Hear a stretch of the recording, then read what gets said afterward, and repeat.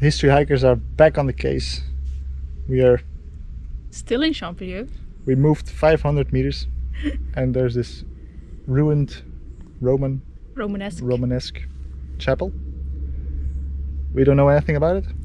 The only thing we know is that in the Middle Ages it was probably kind of important because it's on the road to Compostela.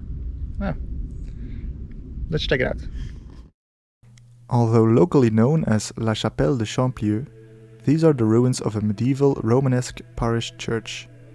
The Church of Our Lady's Nativity and Saint James, or Église Notre-Dame de la Nativité et Saint-Jacques, was first mentioned in the 12th century, though archaeological excavations point to an earlier church and churchyard dating back to the Merovingian and Carolingian eras. Over 400 sarcophagi are found in the vicinity of the church.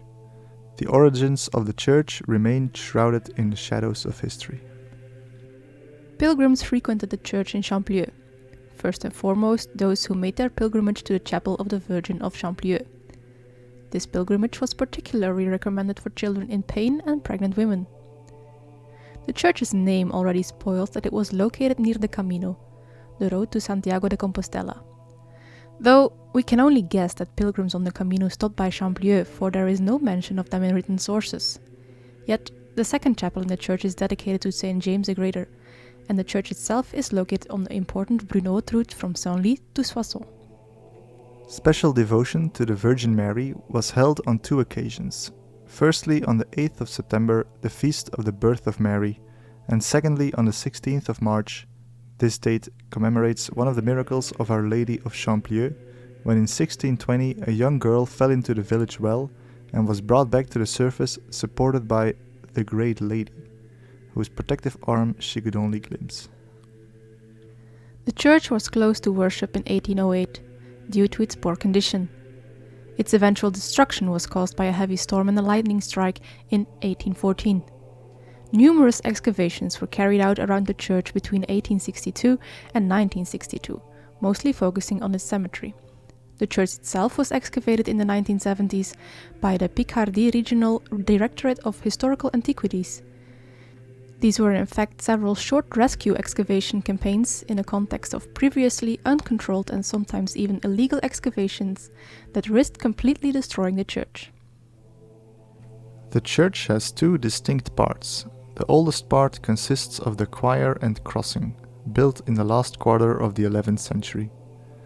The choir, which ends in a flat chevet, has two bays and was vaulted with a semicircular barrel vault, the beginnings of which still exist and which rested on two double arches, which have also been preserved. A band runs along the eaves walls, at the end of the vault and in the extension of the transoms, on one of which a geometric decoration can still be seen, which has now been very much erased. The cross aisles, which were also vaulted with a semicircular barrel vault, are lower than the choir and open onto the first bay of the choir through two low semicircular arches. The church thus continues the Carolingian and Antonian tradition of churches with a low transept, a formula that will soon disappear in favor of the regular cross bay. The nave, built of carefully dressed ashlar, dates from 1160 to 1180, but is still strongly rooted in the Romanesque tradition. The north gutter wall and the central part of the facade remain, with a small pointed arch portal with an archivolt decorated with small sculpted flowers, each pediment of which was decorated with the three off-center columns, which have now disappeared. The central nave, which was never vaulted, communicated with the aisles through five pointed arches falling on rectangular pillars above which the windows open. On the outside, their archivolts are underlined by diamond points which continue in a band. Quite a cool little ruin and a surprising find as well. We didn't really expect on doing this or seeing this, but we happened to drive past it. Yeah, there's something so eerily beautiful about these dilapidated Roman ruins, like overrun. Romanesque, thank you.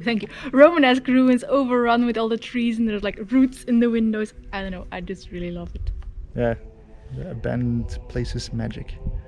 We're the History Hikers. Thank you for watching.